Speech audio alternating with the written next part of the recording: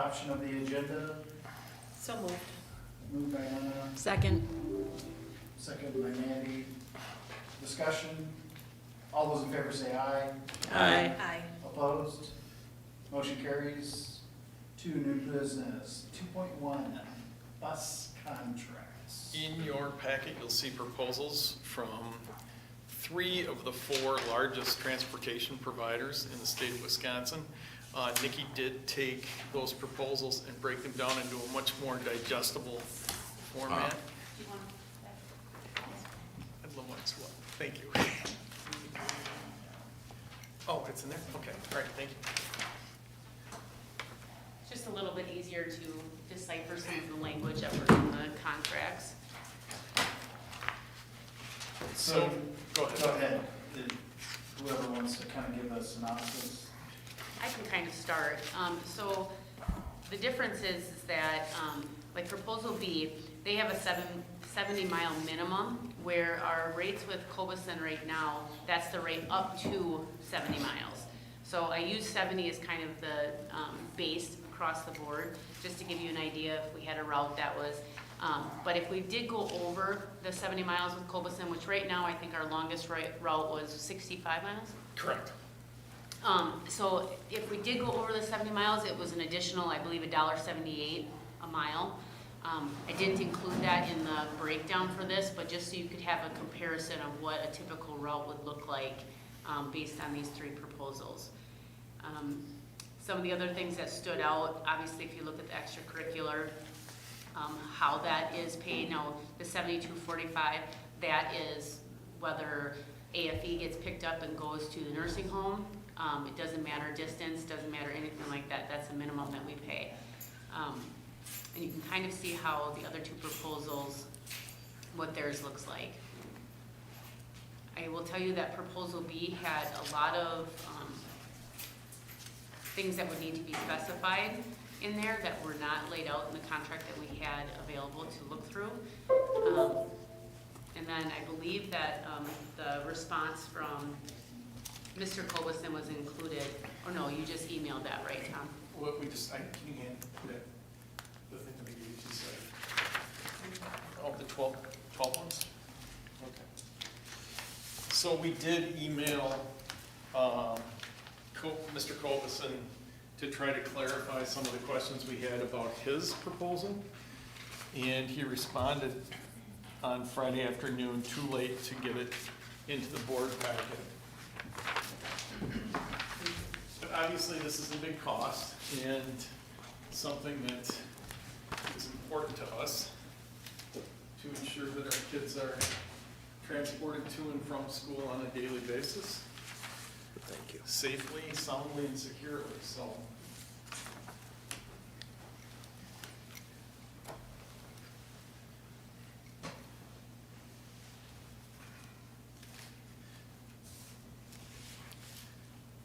and you can kind of see between the proposals the different levels of specificity between the 3. And again, these are 3 of the four largest transportation providers in the state of Wisconsin. I mean, I think number 1 kind of sets the tone for how the rest of the responses are going to be. I mean, after you read the first response to that question, you're kind of like, okay. And for context, we only charge them $1,000 a month to use that site. And I think Nikki and Sean looked at similar sized buildings and they rent from anywhere between $5,000 to $6,000 on average. 5 to 8. I think we shared that a couple of months Right, ago. yeah. So you could see what, so the $5,500 a month was not unreasonable. I mean, it was significant compared to, but it had never been increased in the last 10 years. 10 years. We're in the It was $1,000 10 years ago. And that was extremely low at that time. I will tell you that our correspondence with this gentleman is not our day-to-day correspondence and who we work with. That individual is incredibly valuable, and our principals would highly recommend that he stay and be able to continue. And he's who I, if I have questions about billing or anything like that, that is who I typically go through. It is not the owner that is our day-to-day. I guess, I mean, I don't know how the committee wants to do this, but, I mean, I have a couple comments on number one, is, he's been in there 10 years. Who does the regular maintenance? We do. That $1,000, I mean, over 10 years depreciation-wise, doesn't even touch the wear and tear of that building that they've incurred. I understand he uses that as a negotiation, well, I'm just gonna raise your price by 5%. But that being said, there needs to be a better, at least in my mind, cost sharing in the maintenance of the building itself, as opposed to on our staff. Because we're looking at another 5 years, so think about this. You've been in your house for 15 years. Nothing breaks in 15 years in your house, does it? Faucets, toilets, roof, you name it. And it's all on us, on all of our expense, and we need to, the $1,000 doesn't go very far. So, I mean, that's my opinion. But, he's gonna translate it back to us.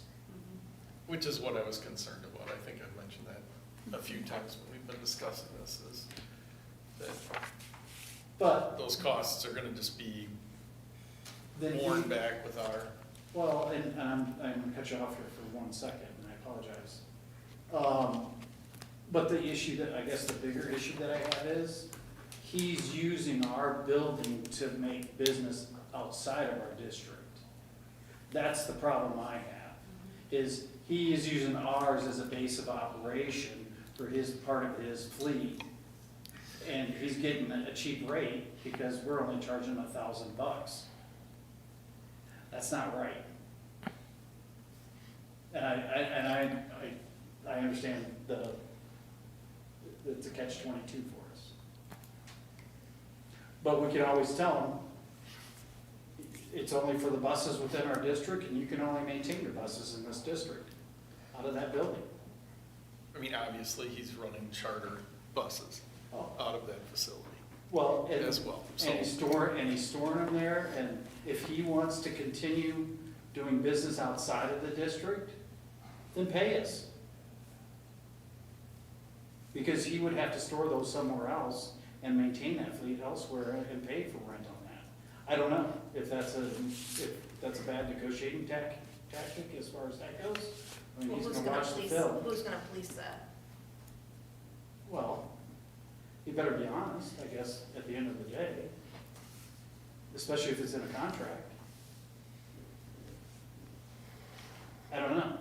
That's the problem I have, is he's taking advantage of the situation, and he's gonna do it for another 5 years. So 15 years of essentially a free facility, for lack of a better term, that somebody else maintains, and he's making money somewhere else off of our building. Yeah.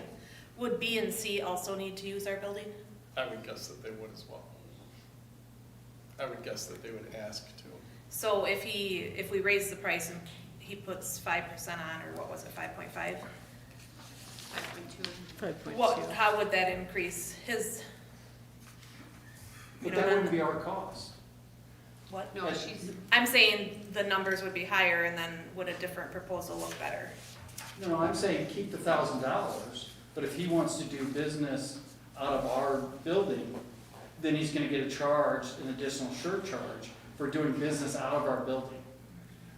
And I don't know how Nikki or I would monitor that. I mean, Well, I have he's no. gotta be honest about it. I mean, I'm not saying that somebody's gotta sit there and go, where's that bus going? It should be, mutual trust. We've been working together for 10 years, as far as that goes. Right, and so this would, again, this would be my second cycle with Cobeson in this district.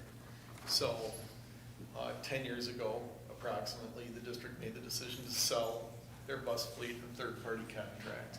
At that point in time, we had the facility, they needed a space, and so I think it was just mutually beneficial to have them move into our bus barn. Right. So, you know, again, I guess what Nikki and I are looking for today is direction about whether we continue negotiations with Copus and Transportation or we go out to bid.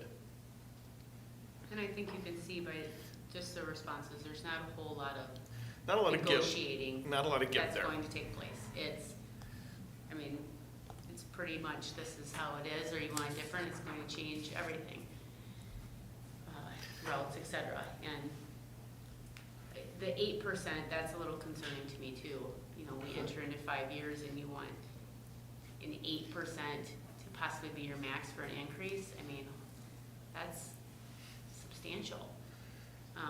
So that was a little concerning to me as well. And then the ability to open it up even more if it was, I mean, we have no guarantee that part of entering into a contract for a lengthy time is that you can kind of budget. You know, you can look out and forecast in advance to be able to budget some of those. And with the 8% makes a huge difference on our budget. We don't have that. It's going to be a huge impact now with this for us.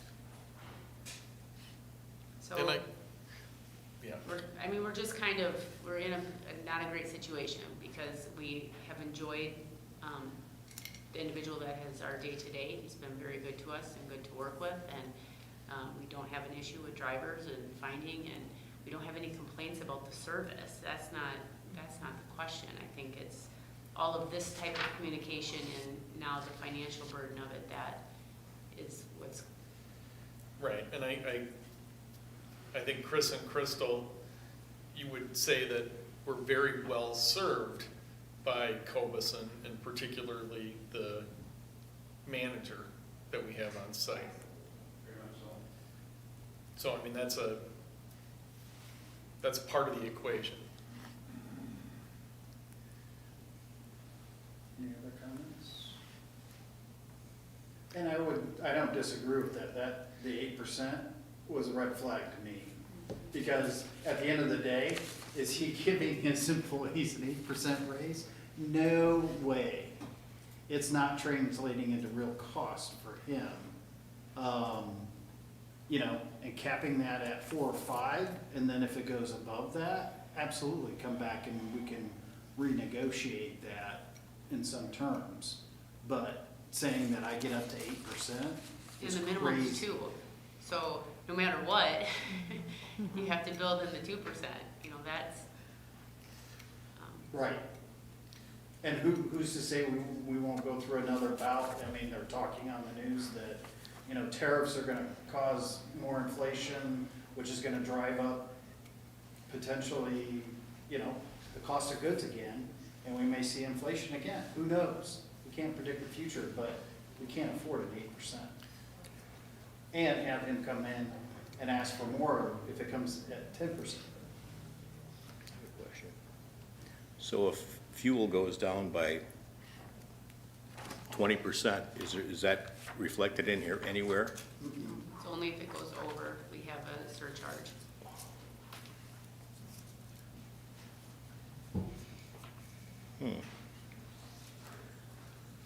There's no give back in any of the language. It's only what additional money can we ask for? So I guess we'd be looking for direction from you tonight. If you want us to go out to bid, we're 6 months away from the contract expiring. Now would be the time to do that. I have worked with now Cobuson, First Student and Lamers over the last 15 years. So I know people in those organizations and we'd be contacting them if you instructed us to go out to bid at this point in time. Keeping the initial Cobuson bid as his bid as well. And what's the recommendation from you guys?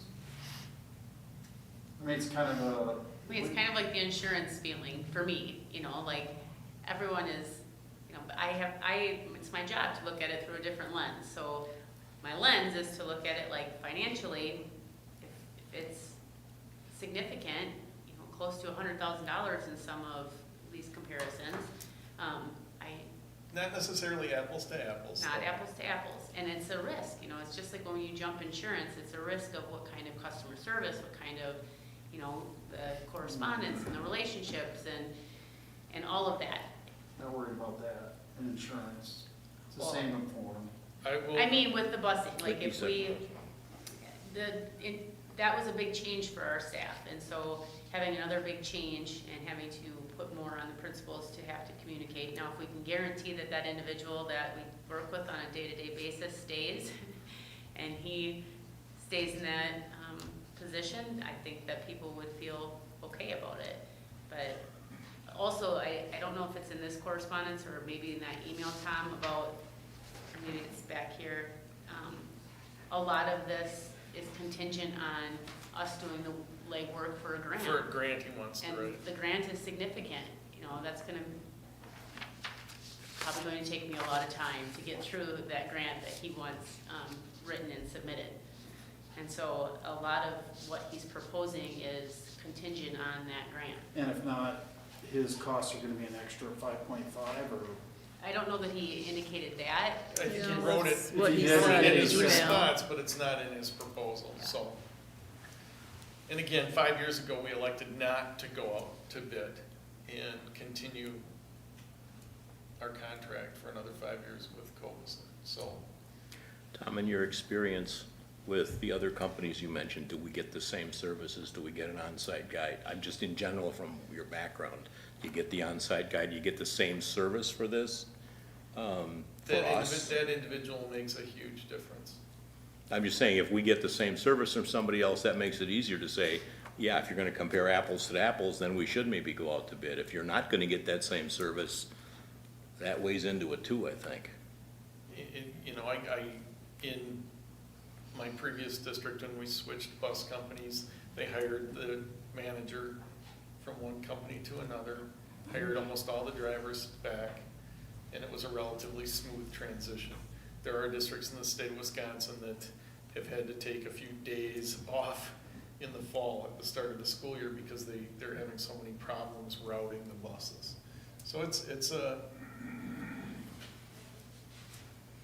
not without problems to make the change, if we were to get to that point.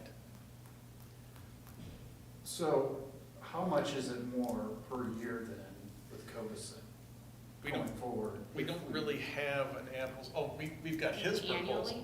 Yes. I'd have to look it up again to get the exact annual number for you. This proposal was another $250,000, I mean, the addition. So right away, it's gonna be $250,000 more next year than we paid for transportation services this year. And if we don't get the grant, it'll be another 5% of that. On this side of the grant, if we write the grant and you get the grant, is that transferable between different companies also, or is that specific? No. That's specific It's for? specific to Covisint, it's a grant to, basically start replacing the diesel buses with propane. Okay. And those buses, again, benefit his business, Correct, not just our school district. correct. They have to stay with So is our there any district for negative 5 about going years. out to bid? The only negative is that one of our neighbors went out to bid for transportation services and received 0 bids. Okay. And they had to beg the former company to at least continue working with them for a couple of years. And they were looking for a 5-year contract. The issue is that a lot of bus barns aren't able to hire drivers. We're in a different position. We've been a surplus driver site for every year since I've been here. And so we send drivers to other Covisint terminals to help meet their needs. Well, I guess my question is, next month we have school board convention and those players will be there, the big ones at least. Is it worth an informal conversation that we're considering going out for bid? Would you guys be interested? I don't know. I will take whatever direction you Yeah, I mean, ask me to do. we're fine. You just put it off another month and just can, again, I know, tightens the we're kicking the window can a little a bit. Yeah, I don't think we should put it off. I mean, I think if the decision is we should go out to bid, then I think we should put that out sooner than later, just to see what we get. I mean, there's part of me that's like, I understand that we're somewhat happy with our company and change is hard, but at this point, I feel like we should put it out to bid and see what we get. We're talking $250,000. We are, and We I are. mean, they still might be the best choice, and we still might go with them, but I think there's a lot of variables up in the air, and like, this grant is great and all, but like, if that doesn't happen, I mean, the other thing is this negotiating factor with the rent. I mean, you can't give us the whole 5% increase when we know you're serving other people out of there. Maybe a little bit, I get that, I get the whole like relationship there, but I just, and I understand we like the person that we work with, but we all know that sometimes in business, right, like that's not how it works. So my recommendation is we put it out to bid. I would second that. All right. Is there any risk doing this, that we damage any relationship with Covisint? Possibly. I don't think he will be thrilled. But it is what it is, Okay. and I hate that saying. And I mean, in doing so, I think that we probably would stay consistent with those that we're engaging with, or numbers with a $5,500 rent to start. I mean, I Correct. think that would be fair moving forward, that they would have that as an expectation if they needed to use that bus barn. Okay. All right. We have a motion and a second. Any other discussion? All those in favor of going out to bid, say aye. Aye. Opposed? Motion carries. All right. Insurance. Tricor More insurance happy update. information. I'll have you jump right to, the first two are just breaking down the individual buildings and valuations. If you jump to that third PDF that's there, so they did come back and agreed to give us the actual cost instead of a replacement cost. You can look at that last page. Basically, we are increasing significant amount in what we're paying annually, and our coverage has dropped by almost $30,000. So it's about a $23,000, $26,000. yeah, approximately a $23,000 increase in our property insurance and $30,000 less in coverage, basically. And it's really just due to the age of this building and our middle school. And I think it's important to note that there's no, I mean, this is just a Band-Aid. There's no guarantee, and we also have to do some repairs to some electrical things in order for them to give us this. And that was at a significant cost as well. So my anticipation is that we're going to continue to face this. They're going to have, this needs to be done next in order to keep this insurance, this needs to be done. So we'll probably spend $60,000 to $80,000 on electrical panels that need to be updated as well in order to receive this property insurance. That was at the middle school. And are we looking for a motion then, or what? Just approval, or I think just at this point it discussion? is, no one else is touching us, or will. I don't think we have give any us options. Yeah, I don't know that we have any options, I just have a question. Electrical panels need to be done anyway, right? not necessarily.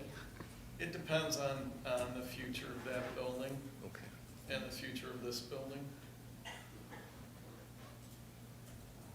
Okay. Any other discussion?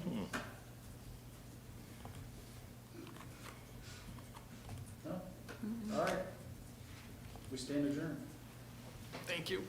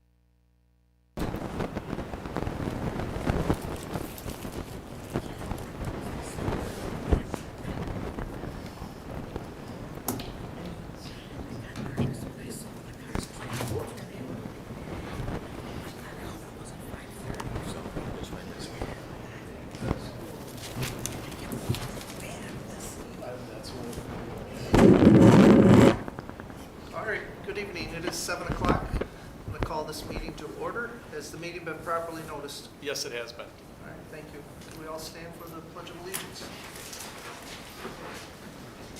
Pledge of Allegiance to the flag of the United States of America and to the republic for which it stands, one nation, under God, indivisible, with liberty and justice for all. Thank you. All right, do I have a motion to adopt the agenda? So moved. Second. Got a motion by Jeff, second by Lena. Any discussion? Seeing none. Bobby will be excused for tonight, so she will not be with us. We will start this vote with Joni. Yes. Mandy, Yes. Jeff, Yes. Laura, Yes. Steve, Yes. Justin, Yes. Lena, Yes. and my vote is yes, passes 8-0. All right, moving on. 2.1, Student Council Report. Layla Bork. Got kind of a list again today. So, we're planning Spirit Week, which is happening, the week of the 18th in January. We are having a winter dance this year, so we're having it in the Commons, which is, we're hoping will allow us to have a better turnout rather than having it in the gym, so we can have more people closer together, and then it'll feel like it's, better, I guess. We just had our senior citizen dinner this past Sunday, yesterday. We had quite a bit of food that came out, and we had quite a few people show up to actually participate. And I just want to say I dominated in bingo that night and won 10 points. People my age should be dominating. People your age. We had a lot of bingo prizes that night. We played probably at least 20 rounds of bingo. The old people home, all of them really enjoyed it and can't wait to have us back in the spring. We had our pie sales. I'm sure all of you got pies. The sales were quite a bit higher than what we had last year. I'm not exactly on the exact cash amount, but I know it was a jump in how much we made last year. What else? We helped with the tree lighting and such in front of the courthouse. I can't remember the exact date, but we helped with that, and we helped with Old School Santa at the Nival Schoolhouse. We were coloring with a bunch of kids that decided to come in, and it was just a really good way for us to connect with the community. And we are now figuring out Secret Santa for the teachers, along with what we can do better with our winter formal and Spirit Week, and we're going to different people to figure out what we should do for that. We also started selling candy grams at the high school for the students, so hopefully we'll make our money back from that. Not too many people want to send 2 big candy canes out to their secret admirers, but who knows? Maybe someone already has about $20 worth, so, and that's all I got. Well, thank you very much. Thank you, Layla. All right, next up is public comments. First up, we have Matt McLaughlin. And you'll have an opportunity to vote on the issue that we have 3 people making public comments tonight regarding using our middle school for a class of 1990s reunion. And administration's recommendation is going to be waiving a policy that would allow us to consume and sell alcohol in that building for a very time-limited amount of time. So with that, I'm sorry. Thanks. No, You're up. what he said. My name is Matt McLaughlin. I am well, I guess I still am, but I was the class of 95 president. And this next summer is our 30-year reunion. And a classmate of mine had approached me this summer with an idea that when we have our 30-year reunion, to invite all the classes from the 1990s and have one big 1990s class reunion. And we wanted to have it at middle school. And we're here to ask you guys permission to use it on that night in August of 2025, for a period of about 4 or 5 hours. So, Carrie and Matt will talk to you guys more about everything that's gonna go on. It's it'll be, starts around 5 and goes to about 10, so us that are in our 40s and 50s, we can't last longer than that, so. Actually, you could say That's 50. what we're here tonight to ask is for your permission to use the middle school building, for that one night, for the 1990s reunion. We're kind of hoping for 300 to 400 people. When you have 10 years of classes, everybody brings a spouse, you divide that up, we're hoping for a good time. We're gonna have a band and, refreshments and stuff. We were also talking about having tours of the school beforehand, so that a lot of us have never been in it since we graduated, so we want to see it. And we are well aware of the age of the school, and we are well aware of the future being questionable for the school, so we'd like to be able to, we were kind of the last generation to kind of graduate from it, so before it gets turned into something else, we'd like to be able to party in it one more time. So, with that said, I'll let you guys talk to the other classmates. Thank you. Thank you. Thank you, Matt. Not that you were partying in the building. All right. Carrie Banovic?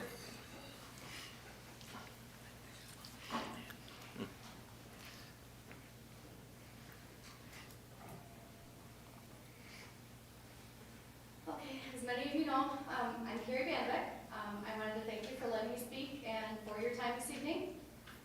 Our group is planning a 1990s reunion.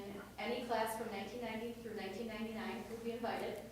And we have had a bunch of meetings so far to try to plan this event. The main reason we want to use the middle school is because of the age and condition of the building. Time continues to pass and buildings do deteriorate.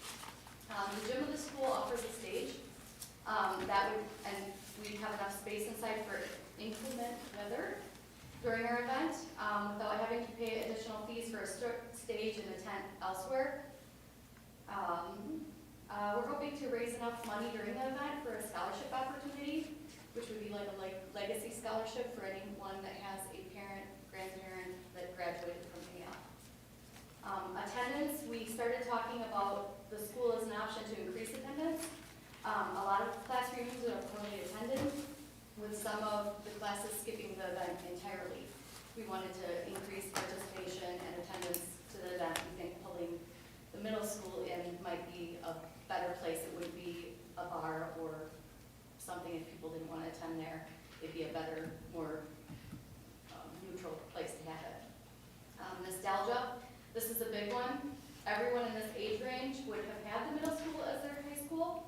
Remembering the sense of togetherness with proms and homecoming dances that were very well attended during our occupancy in the building. We are hoping to have Janice Masson offer tours of the building and then lock that down once the tours are done, so that we would only have our small area of the gym and the commons to use for the event. Not only the nostalgia of going to school in the building, but my husband's grandfather actually literally laid the bricks to that building as a masonry worker, so leaving behind a legacy and appreciation of the building itself. We would really have a sense of pride and nostalgia on that day for the school. Specific points I wanted to make: the date would be August 16th, school would not be in session. Any cleanup of the gym can be scheduled within those few weeks prior to the school actually opening. The group can come in and clean up after if the school would want as well. Our age range is between 40s and 50s, so we are very much adults at this point. We would hope, most of us anyway. We tried to think of everything involved with tackling this event, from licenses, insurance, starting times, starting earlier in the evening and ending somewhere around 10:45 with the band ending at 10:30. To ensure that there's no noise problems, we're talking about pricing, pre-selling tickets to get the prepayment for the band and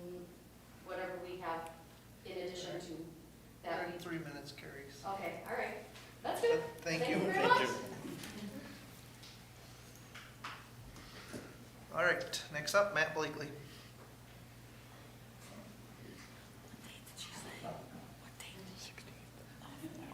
I'll be really brief because those two are awesome. They covered everything that I need to say. So just kind of a backtrack of how this all started.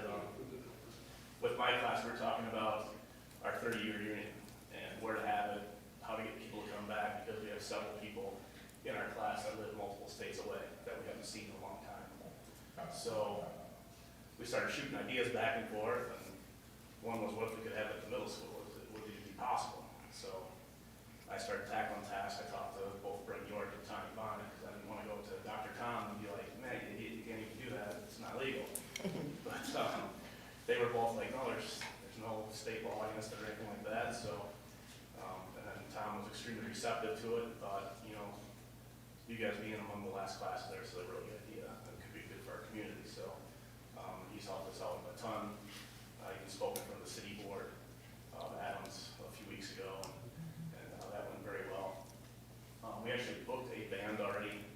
We also have some backup plans if this falls through as far as the facility goes. It would cost us a little bit more money with, we had to get an outdoor tent and an outdoor stage, but we booked one of the top 90s cover bands out of the city of Chicago that travels all over the Midwest playing like 90s rock and alternative and pop music and stuff. So, but like Carrie mentioned, we got the insurance work. We've talked about getting insurance, pre-selling tickets, sale of soda and water as well for those that don't want to partake in any beverages of those sorts. So they covered it all. They're great, and appreciate your time. So Thank you. Matt, has your group heard back from the city of Adams at all at this point, or when is their next meeting? I can't remember. it wasn't on the last agenda, but I think what Sam wants to do is redo the entire ordinance, which might take him more time. Okay, He wants to tackle some other issues that he had mentioned at that meeting as well, okay, where he was frustrated with some other things in the ordinance as well. So, all right. Thank you. All right, next up is M3 report. So we have Brianna Hellenbrand and Ryan Powles from M3. As we were talking about health insurance a lot last spring, some board members suggested that we potentially go out to bid or RFP with insurance brokers. And I spoke with our current broker, who we'll invite to come and have a similar conversation next month, and Bree and Ryan from M3. Full disclosure, Bree and I have worked together in the past, and I felt very well served by M3, and they just want to come tonight and talk a little bit about what they do and how they do it regarding health insurance, and if you had any specific questions, they'd be more than willing to entertain those. Thank you. All right. First and foremost, I want to come to the reunion. From the band. It's 98, so I would fit into that. Thank you for having us. I'm Bree Hellenbrand. I've been at M3 for 20 years. I'm a senior client executive partner and co-director of our EDGE group. Good afternoon, or evening, I should say. And that's hard to follow, I have to say. Scheduling a party at the middle school, and I fit into 1995, so that'd be good. So Ryan Powles, I've been at M3 for a little bit over 3 years, and prior to that, I was at a local health insurance HMO for about 13. So I've spent 20 years on the carrier side, and the last 3 years with Bree, and Bree and I team up and specifically work in our education and government space. So thanks for having us tonight. Just a little bit about M3. We do have a handout after we're done for you all, but again, as Tom mentioned, any questions, please. The last thing we want to do is talk at you. So if it could be interactive, that would be wonderful. But if you haven't heard of M3, we're headquartered in Madison. We have 8 locations, 7 in Wisconsin, 1 in Northern Illinois and Rockford. And just a little bit of a commercial here. We are privately held, so you can't seem to find privately held insurance agencies that much anymore. So we take a lot of pride in the fact that we have 58 shareholders and all of our money stays in Wisconsin. And Bree will talk a little bit about our foundation work as well. We have a little over 400 employees, and you can see our revenue up there is 1.9 billion in total premium.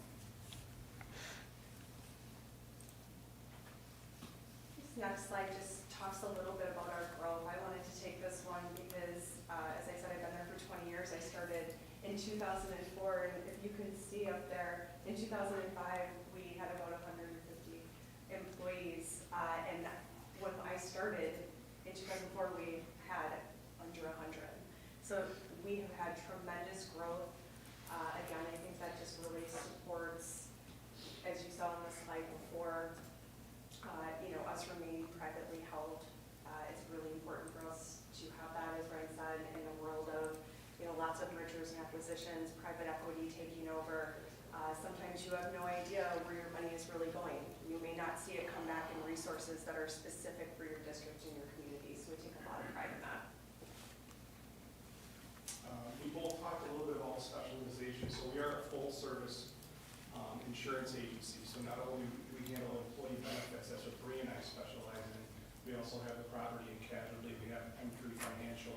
We're full service. But part of being full service is we also specialize. We have specialties. So again, education and government is where Bree and I spend our time. But you can see on the screen here that there's many other specialties that we serve throughout the state. And I think it's important that your representation that you have from a school district perspective, that they do specialize in working with school districts and municipalities. We're very comfortable with your space. Sorry, I can't let go. I know you're supposed to do that one, and I want to talk to. Just to circle back on this, sometimes when we first started employee benefits, and especially with people like us, brokers, we worked in all these different areas, and we didn't get to really know and understand what you're facing, right? We know your language. We understand, the issues you have with your budget, with declining enrollment, at one point in time, OPEB. All of those terms, we're so familiar and we've become so engrossed in that. And I think that's what makes us a little more unique. Instead of just knowing a little bit about all these areas, we really specialize in education and in government. Yeah, I think this just continues on that theme of specialization. I think the key point here is that we do work with over 300 of the school districts in the state, so well over half. We have that expertise, as Bree mentioned, but it's not just from an employee benefit standpoint. I know this is small, but a lot of time and energy spent with the schools and the business administrators. Just think about rapid recovery. If there's a crisis situation, we have experts on hand to tackle those, those critical situations, if you will. As Bree mentioned, she is one of our directors. We have another director that was a former superintendent, so well over 30 years of the two leaders that practice in the education and government side of things. Something else pretty unique that we had a chance to just maybe scratch the surface with Tom and Nikki. Tom is a little more familiar with this, coming from River Valley, is that pre-Act 10, we saw the writing on the wall a little bit of how are our mid-sized, smaller rural districts going to handle insurance once, we all break up, leave WEA. What does this look like? How are you going to be on your own? Because you'll have a few high-cost claimants and get these huge renewal increases. How are you going to tolerate that with your budget, right? How are you still going to have a great benefits program as well as compete on salary? So what we did, in myself and my partner at the time, Kevin Clordy, we teamed up with Bob Butler from WASB, and we formed the first co-op, CISA 3 co-op. You're all very familiar with co-oping. The schools do it well, right? A lot of times you see it with sports. Why can't we do it with health insurance? And so we did, and it's been very successful. As you can see, it's taken off kind of like wildfire across the state. I work with the CISA 3 co-op as well as the Walworth County co-op. What's unique about you guys and where you're situated is that we opened our borders to CISA 5 schools for the CISA 3 co-op, but also the Central Wisconsin Area co-op, our colleagues, Ryan and our colleagues, they also work with that one that's obviously further north, more in this area. So if we do get the opportunity to work with you, we would love to spend more time talking about the co-ops as an option. What does that mean? It means now you're not just Adams Friendship on your own, right, with your own claims. You'd be able to enter into this larger pool with neighboring districts. And I feel, there are a number of reasons that it's been valuable, mostly for rate stability.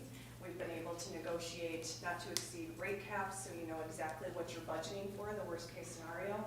But also, you're creating that larger risk pool. So now, if you have some high cost claimants happening here, right, or people that are on a lot of specialty drugs, now you're part of this larger group spreading that risk around instead of having to deal with all of that on your own. So this is something we're really excited to talk to you more about if we have the opportunity to work with you.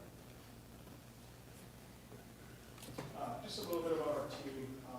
In the prior meeting, the finance committee, relationships were talked a lot about, right, with your business partners and your trading partners.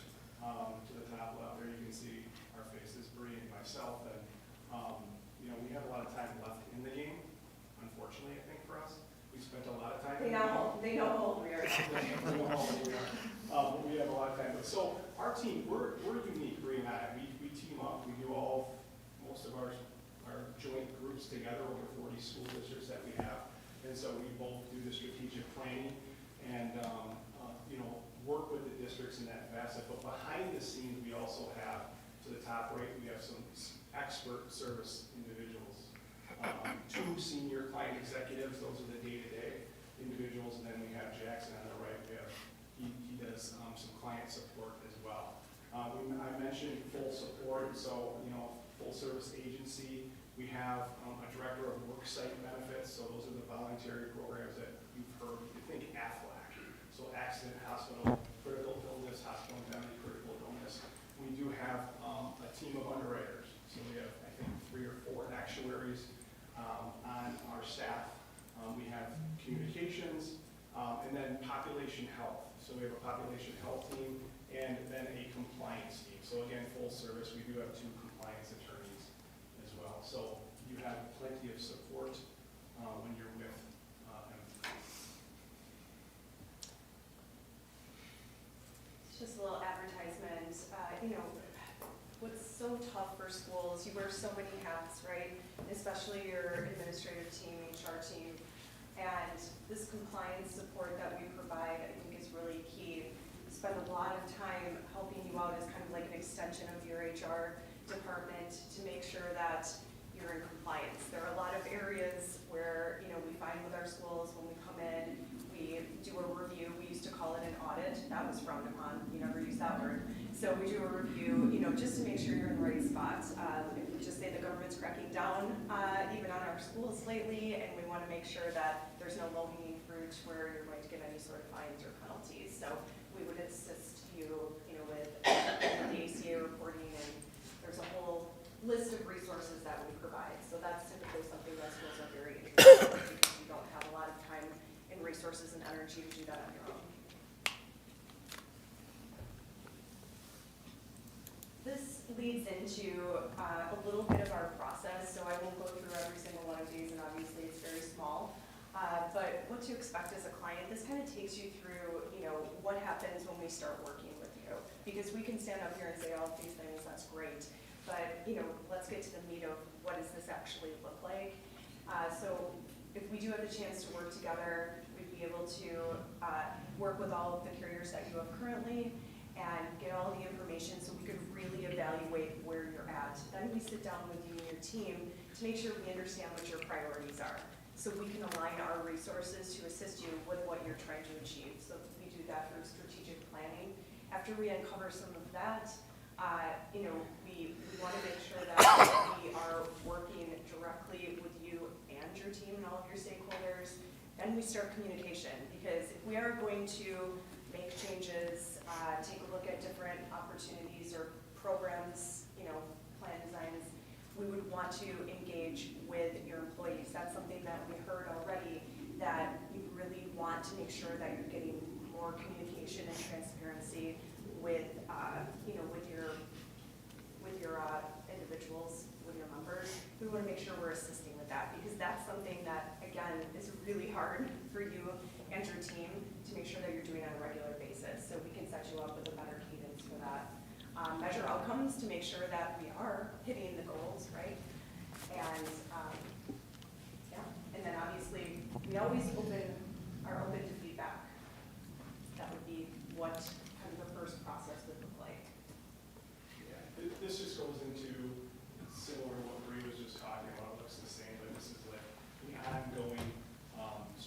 planning, we like to say that, the education shouldn't just be at open enrollment, it should be year-round, right?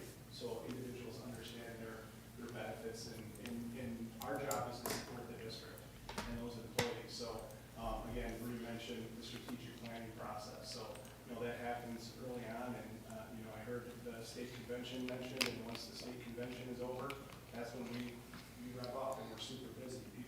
Individuals go there, the boards go there, business administrators go there, and then everybody wants to know what their renewal increase is. Well, Bree and I take pride in doing that strategic planning prior to that state education, so we have it laid out.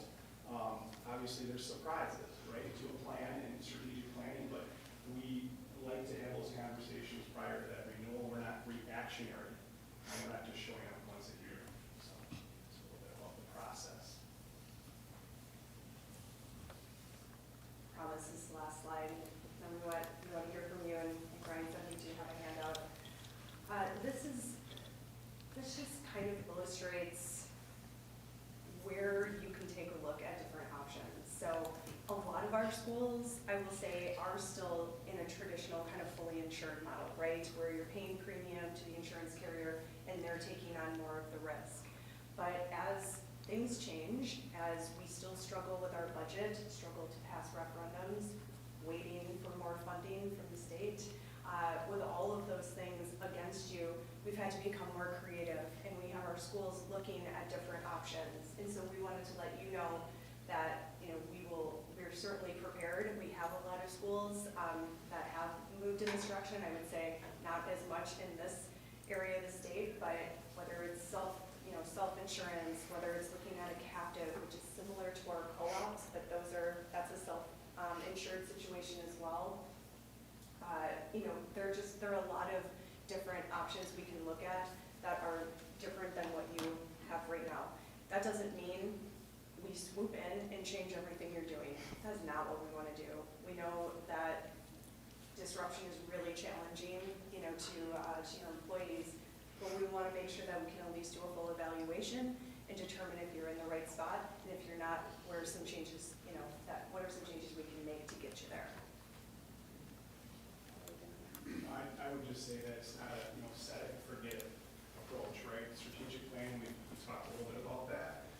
As Bree mentioned, in our franchises, we have school districts that are self-funded, that do participate at a captive. And it was right for them at the time, and it's going well, but that doesn't mean it's right for you, and that's what the ongoing discussion is in terms of strategic planning and where you're at, and trying to meet your needs and meet your staff's needs. Because we also understand it's the second largest spend that you have on your books, so it can't be a set it and forget it strategy.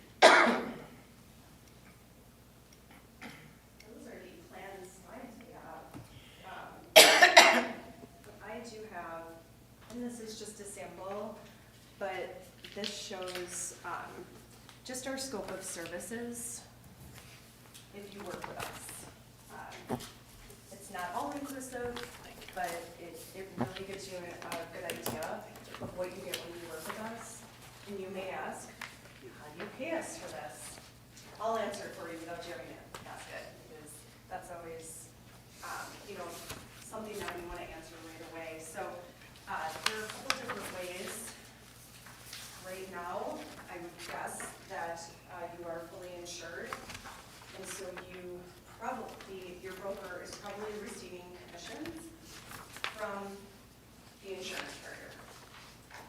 And we operate that way as well. It's completely up to you if you would like us to not be a budget line item, and we would receive commissions directly from the insurance carriers, and that pays for all of the services that you see here. There aren't additional costs. If you would like to pay us directly and not have us receive commission from the insurance carriers, then that's called a consulting arrangement, and we would work with you on that to determine what that pricing would look like. So it is always up to the district how you would like to handle that. I will say we always take standard commission from the insurance carriers, and we disclose that and discuss it with you when we enter into the relationship.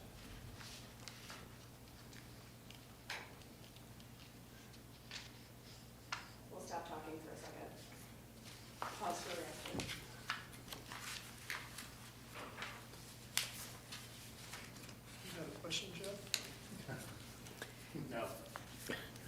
I didn't have a question, but I just comment that I really like the idea of the co-op. Yeah. Jeff? So these co-ops that you have formed, I know CISA 5 does it through the state. Percentage-wise, how does your co-ops compare annual increase premium-wise to the state plan? Well, the CISA 3 co-op has been doing a lot better than the state plan as of late. The state plan, unfortunately, has been taking some pretty high increases, and it's because they've eaten into their reserve. So the state plan is always an option for schools and other, municipalities. The way CISA 5 has been able to keep their cost, to the entity flat essentially, is they do a defined contribution. So the increases that the employees receive, depending on which carrier they choose in the state plan, the employee is taking on more of that cost, where CISA 5 has just said, let's say to an individual, here's $1,500. That's gonna help offset your premium increase. So that's how they have kept their cost pretty stable. And so is there a buy, you said there's a buy-in then for these co-ops? Yeah, so how the co-op works is that you would go through an underwriting process essentially, and similar, it's almost a mini state plan, if you will, and I'm sure that's probably why you brought it up. So what will happen is after you go through the underwriting process, then the carrier will come back, obviously chat with us, and we will chat with you, and it will be, guess what? It looks good, you're running pretty well, you can enter into the co-op now. Or guess what? Not running so well claims-wise, right? We could give you a surcharge like the state does. In the CISA 3 co-op, that's only a 1-year surcharge.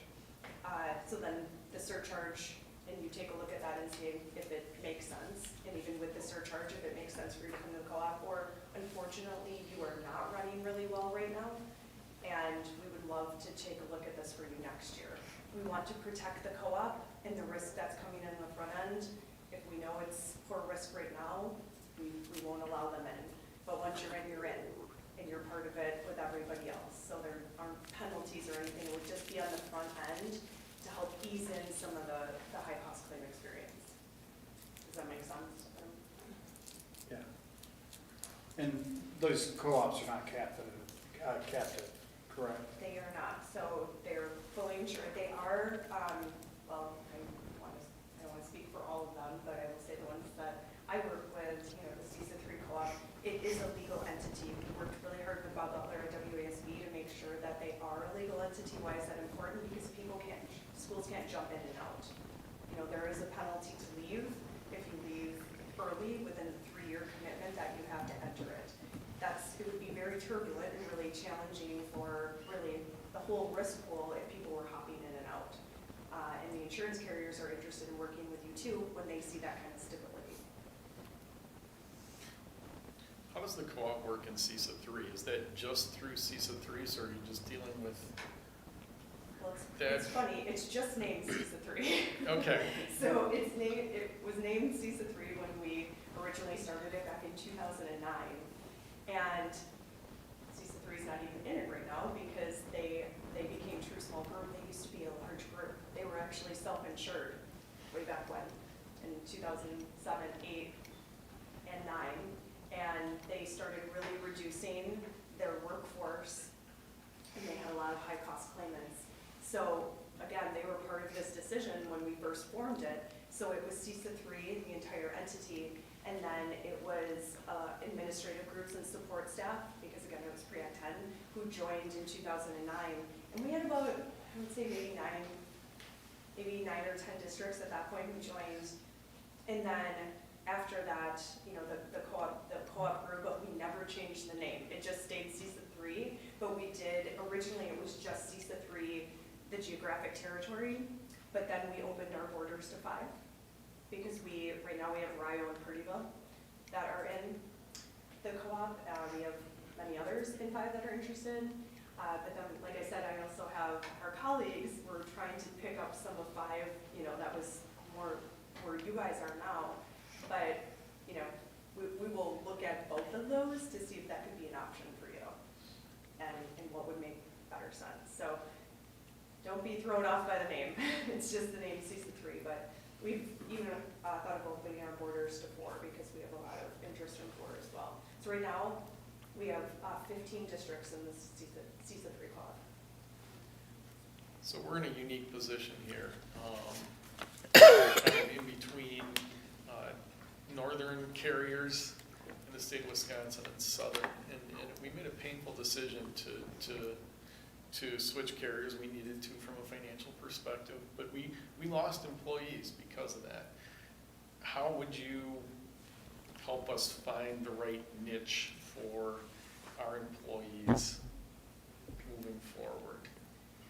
Yeah, because you're with WCA, GHT right now, correct? Right now, we're with security. Oh, you're with security, okay.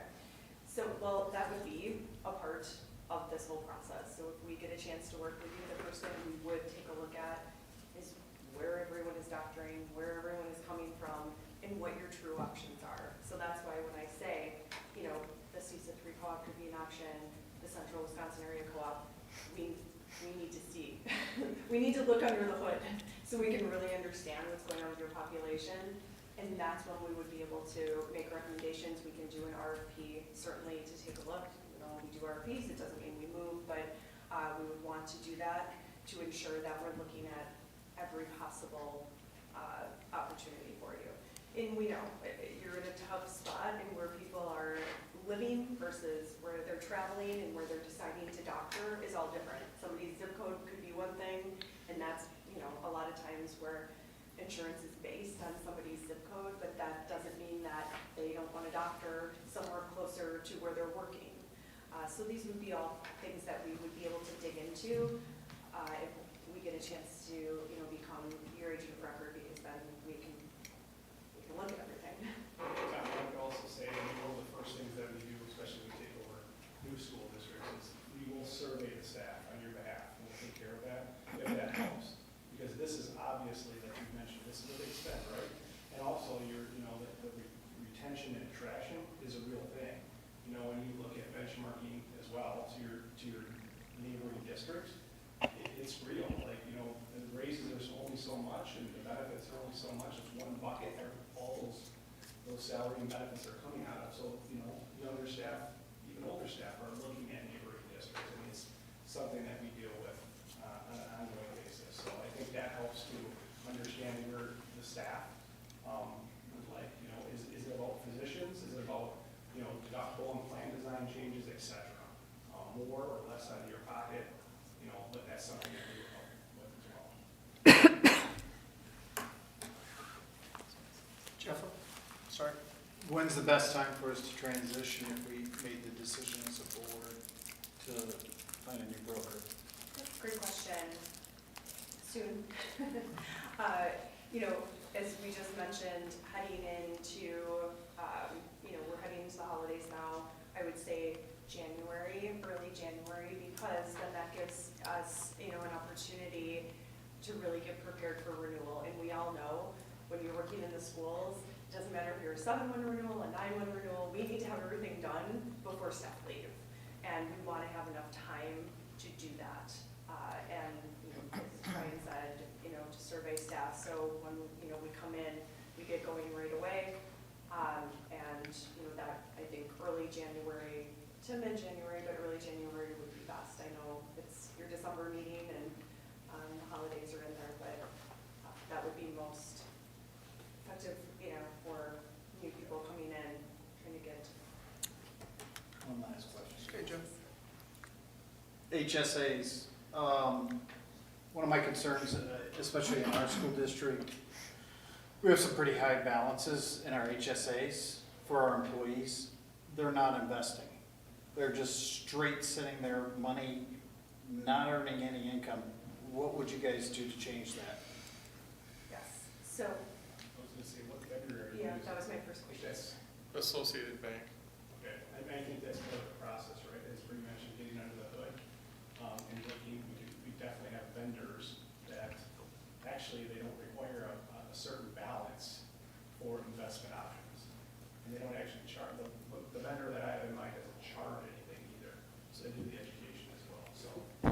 first piece is just, you know, and we've heard this loud and clear, education. You just need more help, right, with really focusing on what are the priorities, and financial wellness and education is huge, really big in the schools, and it's not always done well and, you know, enough. And so that is, we have a lot of districts we work with that have moved to high deductibles with HSAs, similar situation. And I feel like we've had some success. I'll throw out, you know, Dells. So I've worked with the Dells, Wisconsin Dells School District for a while.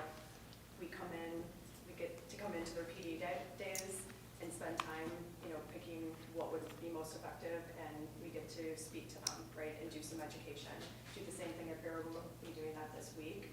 So if we would have the opportunity to do that, we would love that. And that's, you know, I don't know how your PD days work. It doesn't have to be a PD day, but more time that we can get in front of the employees, the better to, you know, deploy some of the education that you feel is, you know, going to be really efficient, or effective, I should say, and necessary, and that hasn't happened. So that's part of the discovery process, right? So when we're asking the questions of what are your priorities and initiatives heading into this next year, and then we will be able to deploy the correct resources to support it.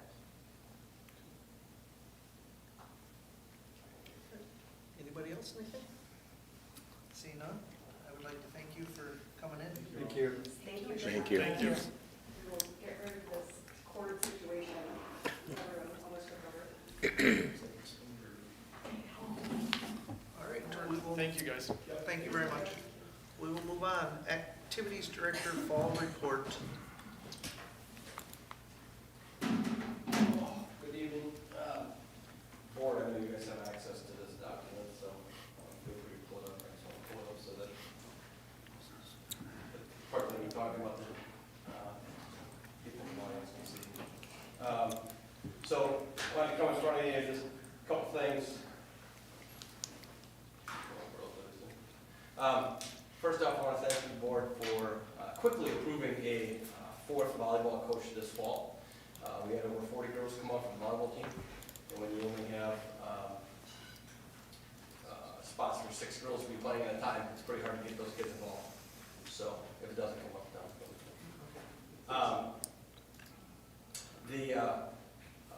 the hire was Alexia Zoltowski. She was a grad from Adams Friendship, came back, got involved. She loved it so much, she applied for the high school secretary job that was just opened, and now is filling that role for us as well. So, again, just wanted to thank the board for trusting us in adding that level, that additional pay to keep our kids involved. So, but on the bottom of that spreadsheet that you have there, there's two really keynote parts. I keep track of what every athlete is in. On the very bottom on the left side is the fall numbers by themselves.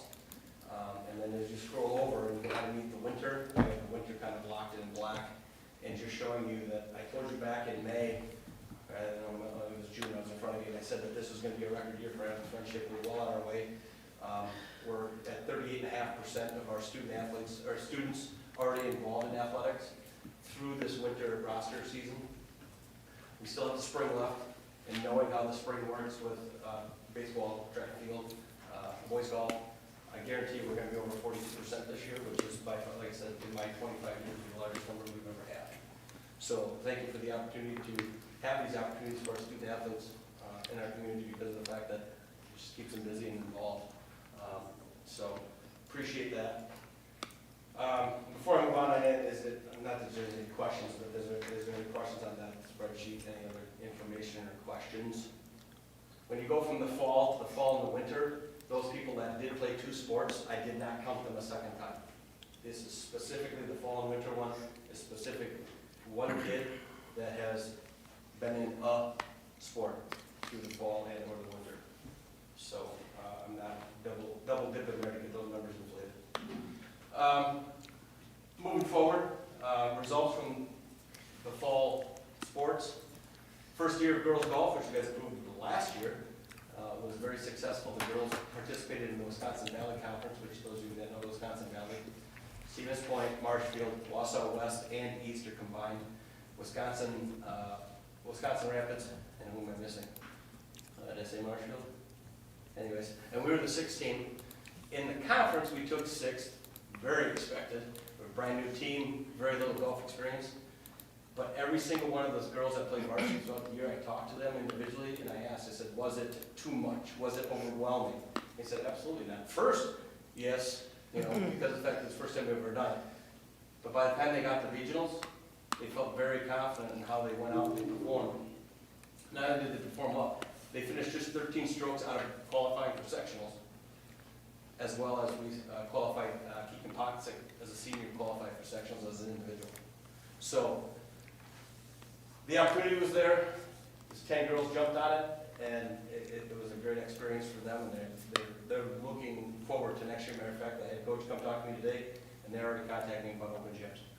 So the interest is there. So again, thank you for allowing us to expand our horizons and that opportunity with girls golf. We had a first team all conference, Arabella Eder, first team all conference in cross country. We had 3 all conference players in boys soccer, Kale Clark, Nash Sanchez, and McPallet. Volleyball had 3 all conference players, Kaylee Frank, Demi Parr, and Piper Moyer. And football had 5 all conference players, Robert Irie, Gavin Leach, Jace Wickman, Ryan Weaver, and Savant Johnson. So overall, the fall was, I don't want to say productive, because that sounds like they're completing something, but in the evaluations in which I do, the student athletes were very appreciative of their coaches and their efforts, and very positive when it comes to how the coaches treat them and work with them throughout the seasons. So I do want to bring up one quick thing, and kind of it baffles me that even the coaches don't know this, so I just want to announce it. Starting next year, in our conference in the South Central, we will no longer be a 6-team conference. For the first time in 20 years, we'll have 2 more teams. We'll have 8 teams, which is the perfect number that you look for in a conference. We are adding Ripon and Berlin. That was approved 2 years ago, but it seems as if very few people are hearing that. So instead of Adams Friendship being the absolute center of the South Central, it's shifting a little bit to Westfield. But we are taking trips to Ripon and Berlin for conference events next year. And I'll be honest, we're still going to be saving in mileage because of our non-conference will be cut back.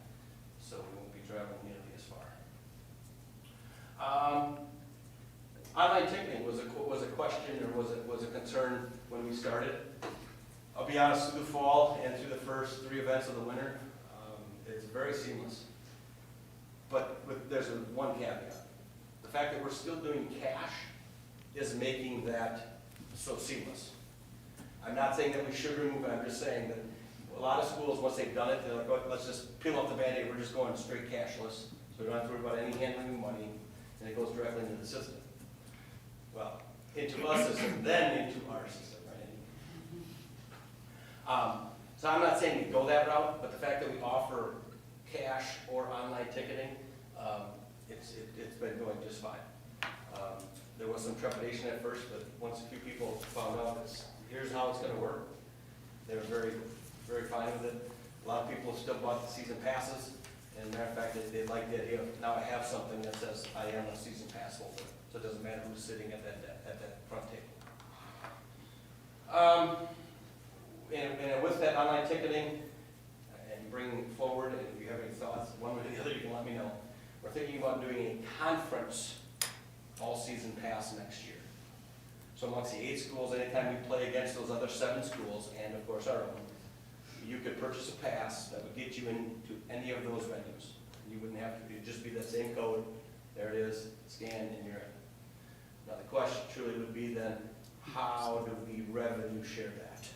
So for example, if Adams Friendship were to only sell 50 of them, but Wisconsin Dells was to sell 200 of them, do those individual schools keep all that money, or is there some sort of a revenue share? Because of course, Adams Friendship will be going to Wisconsin Dells will be going to Adams Friendship as well as the rest of the conference. And we're in the discussions of, do we want to do that?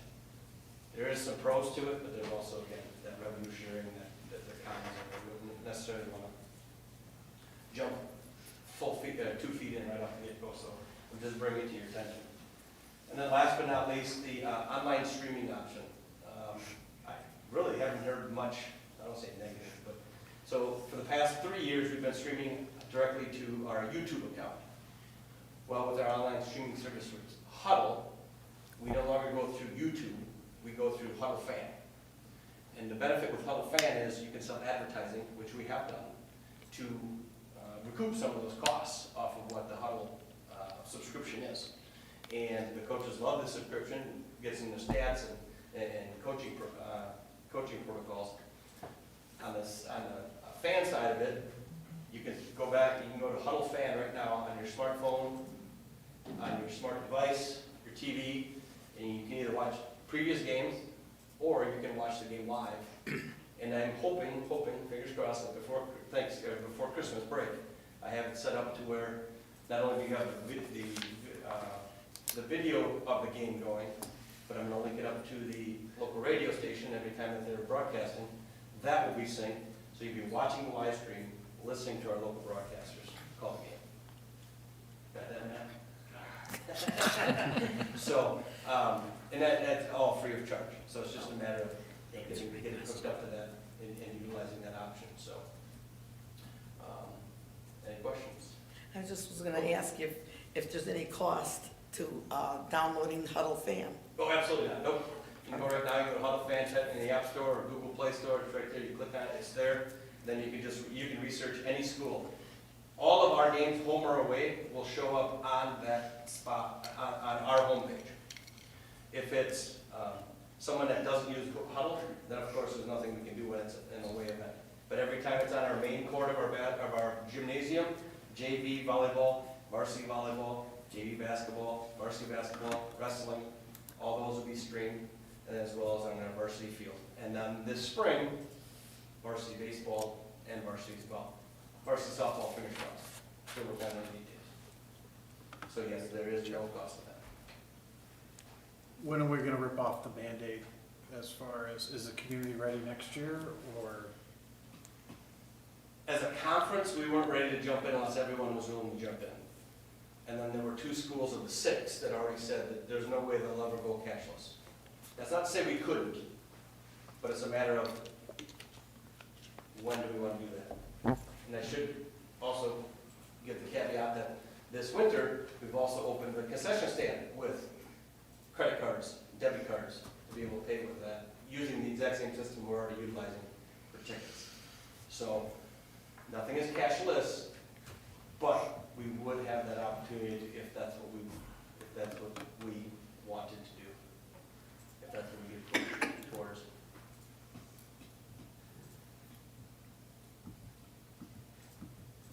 All right, Okay. thank you, Sean. Thank you. Thank you, Mr. Joseph.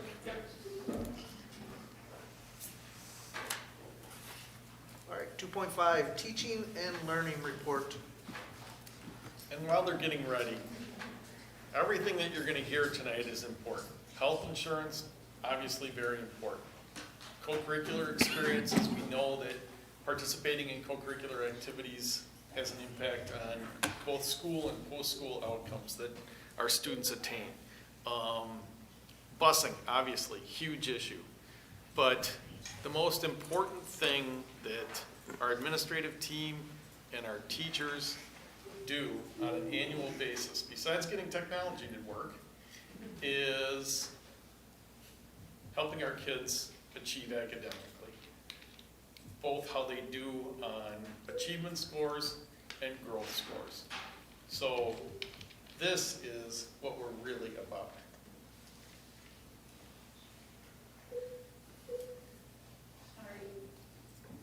Do you want me to see if Joe's down there? No, just got lots of connections. You're gonna need it, so feel free to stretch.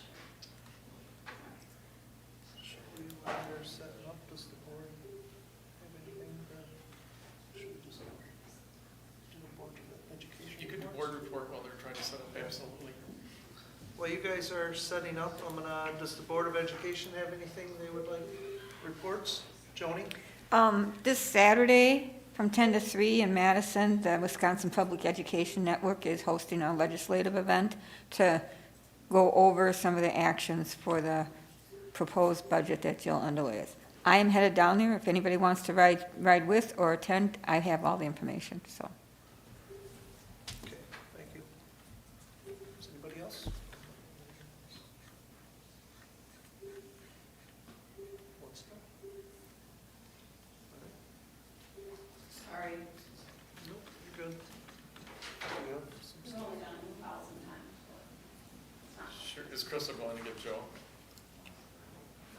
Well, hopefully Joe will come down, we'll start instead with dialogue, very quick dialogue about Act 20 and the personal plan planning day that we had on November 26th. Thank you.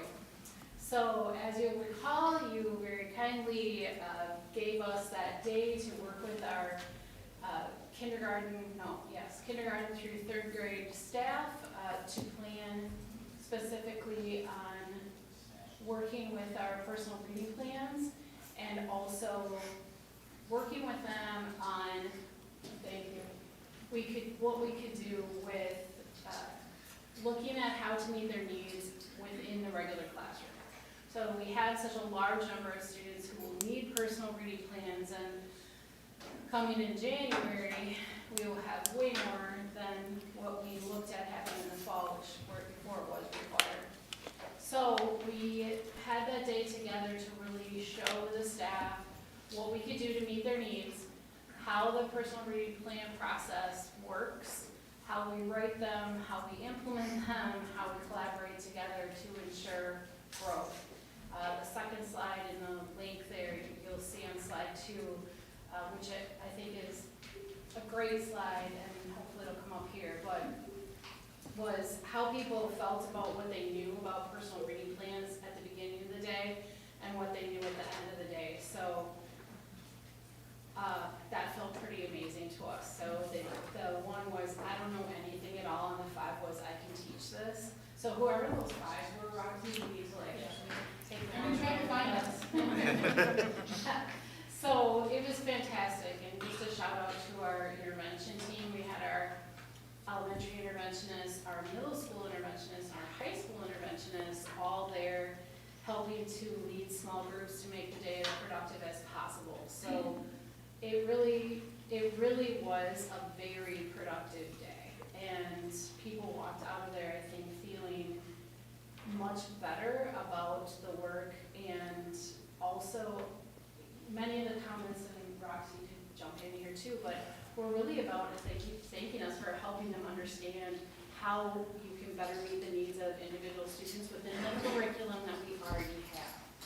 So it wasn't, thanks, it wasn't just about interventions, you know, it was also about, we can't do it with just interventions. We have to do this with the curriculum that we have.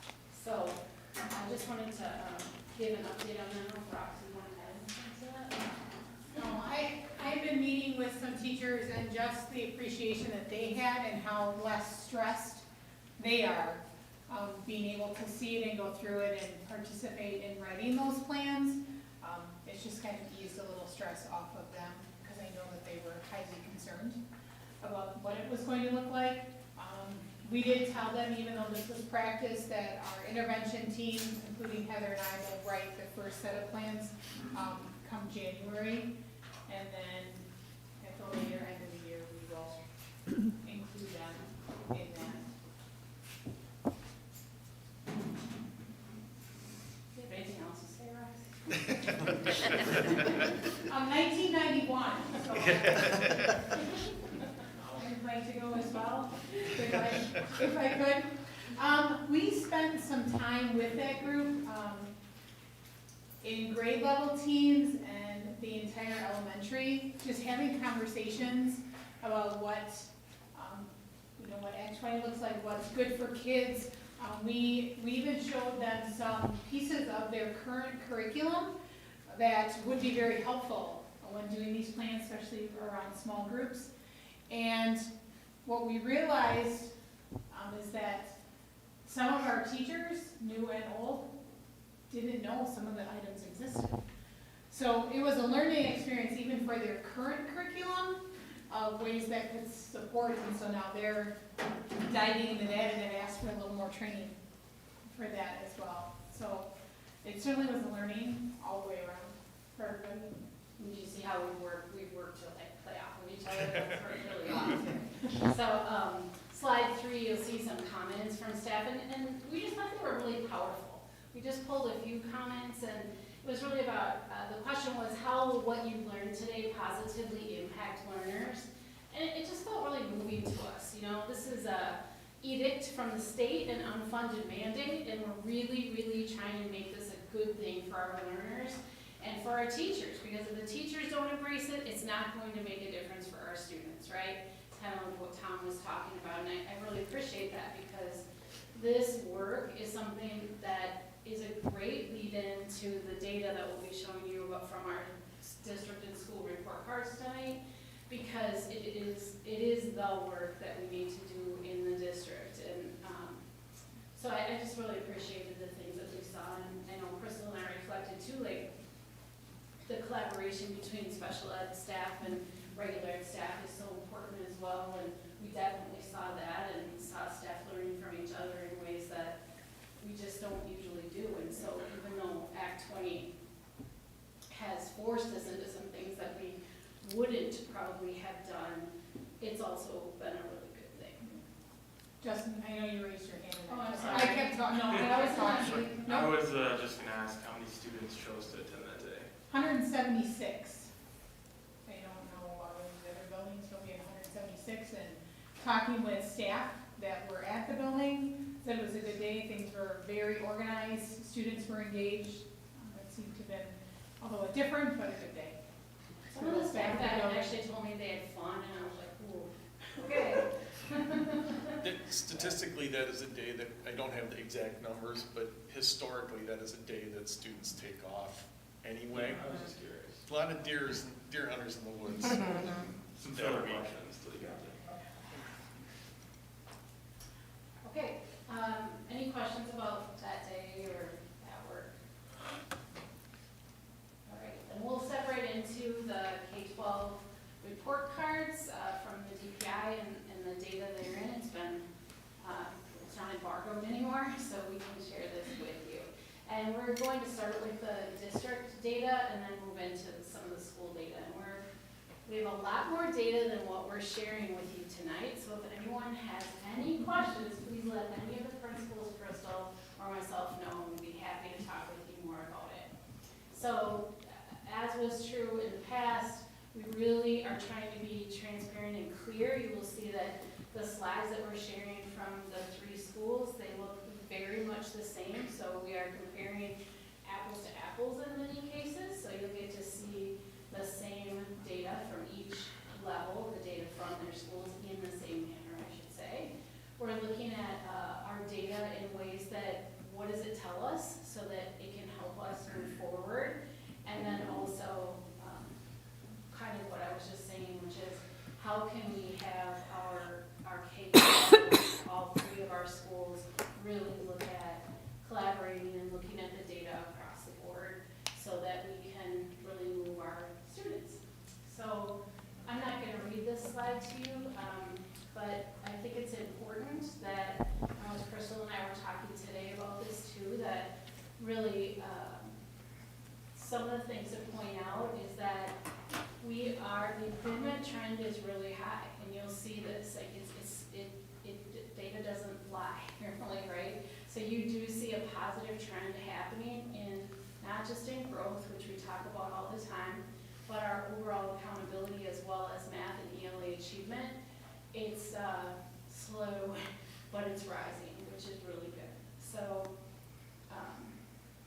a couple of things just you'll see and keep in mind as you're looking at this data that we do want to keep growing in math and ELA. We need to grow at a faster rate than we are, but we are also really so important for us to close those gaps as we continue to grow our economically disadvantaged numbers higher than they've ever been, and continue to serve our high percentage of students with disabilities.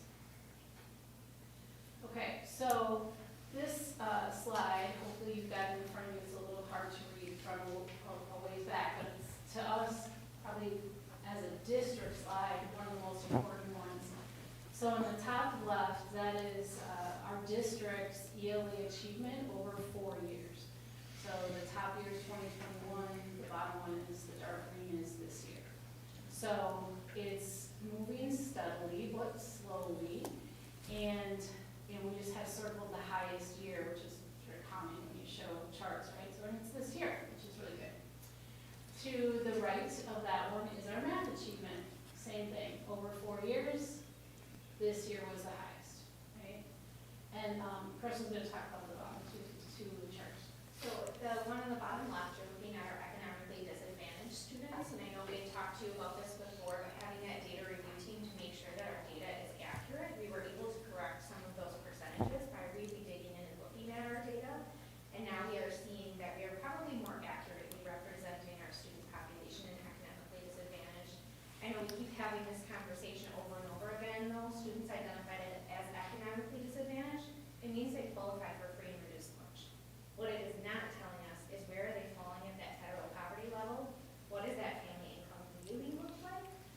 Typically, you can look at our county statistics because we serve much of Adams County, so many of our families, about 40% of that window, is falling in a range of a family of 4 earning about $3,000 to $4,000 a year.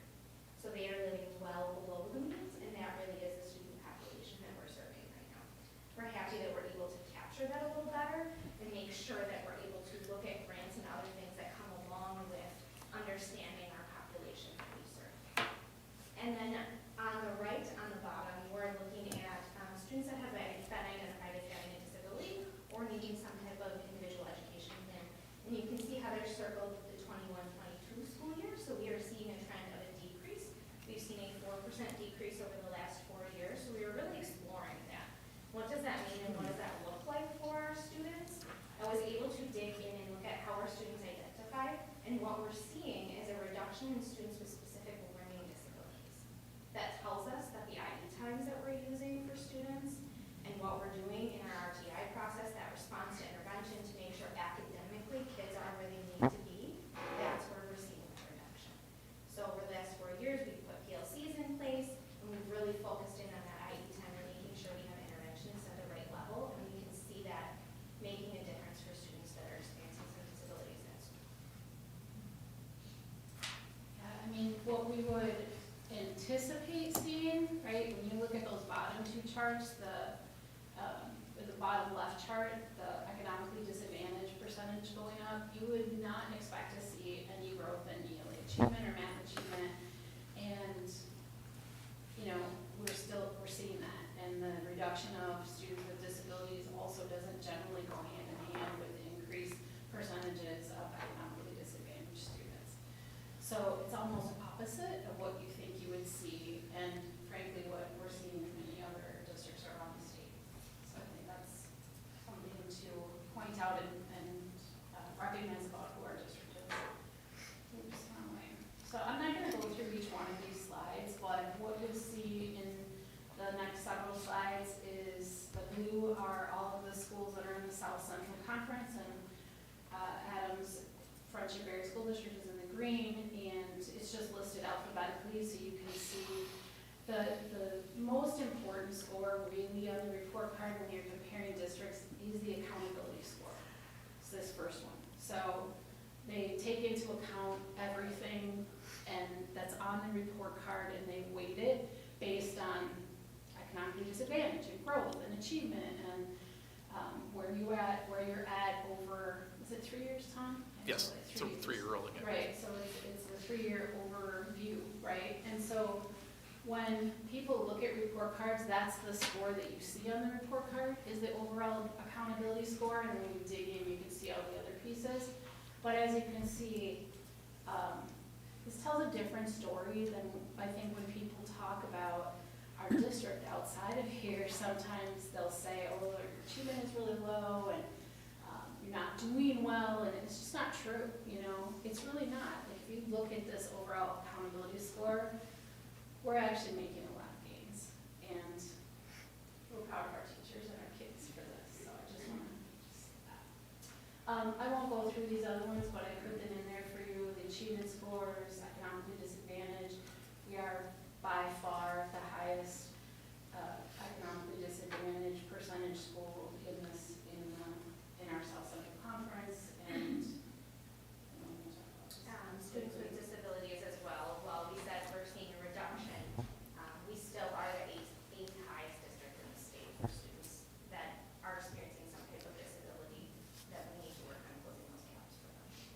That's 8th out of 420. And I believe we have the 10th highest percentage of students who would be identified as economically disadvantaged.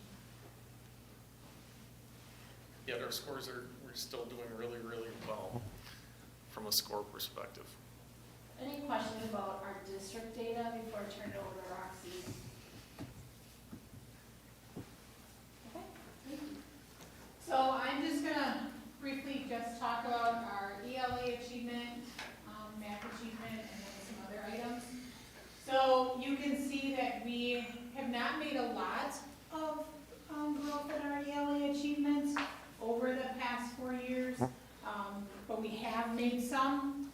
We're going to continue to work on that, and this year with Act 20 coming up, we are certainly hoping to see a bigger jump in our achievement. But as Heather has said, our growth has been amazing. Our ELA growth has gone up almost 14% in the past 4 years. So that part we are making a lot of growth with. When you look at the achievement, it's just a little lower. Math achievement has been a little bit larger of an increase for us. So over the past 4 years, we've gone up 1.6%, where if we look at our growth over the achievement, we've gone up 15% over the past 4 years. And we know that kind of once you have a lot of growth, eventually it's going to be hard to continue those growth statistics.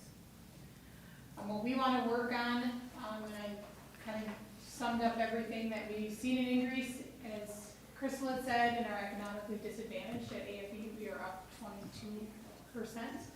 Just at AFE, we have seen the decrease in students with disabilities. We're down about 4 over the last 4 years, and then growth overall has gone up a little over 14%. Our focus, as you probably are aware, will be the ELA with Act 20 coming.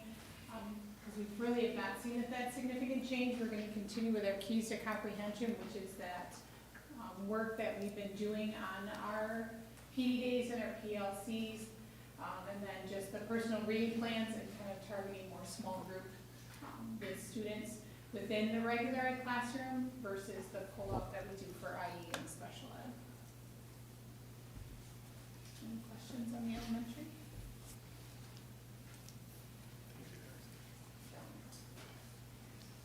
All right, for the middle school, one thing that Nick and I were just talking about is can for us look a little bit backwards maybe in our visual, right? So it looks like it's going down when we start, it's kind of reading right to left. So our ELA achievement has been going up and a nice steady change. Well, it's like a 5-point increase over the last 4 years. So that's something that we identified, and we've identified that the last number of years consistently, and how we just keep making that upward trajectory, and that's something we're really proud of. The same is to be said for that math achievement. It's a 5.3 increase over the last 4 years. Again, it's that steady increase. I put this on a line graph, and it was a pretty steep incline. So that's one of the things that we're really super proud of. At the same token, that growth. So that we've heard about the growth and how the growth affects, and it's that multiplier in the state accountability report card. And our growth actually took a little dip this year. It's something that we've went up over the 70s consistently, but it did take just a slight little dip this year, which did account our overall accountability score went down a few points. So with any data, what does it mean, and how do we use it for moving forward? That's just been the overall. I identified that +5, the growth decreased by 4.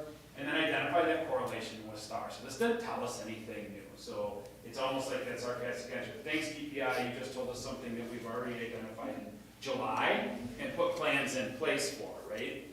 Because the correlation to that STAR data coming into the year from the previous year was where our achievement is continuing to increase. And then we notice our growth, what's called growth percentile in STAR, our growth percentile overall went down a little bit. Why is that? One of the things that we identify is that we changed our focus at the middle school beginning before last year, and our goals were set around achievement because we knew that's what we wanted. We want our kids to be able to achieve and be proficient.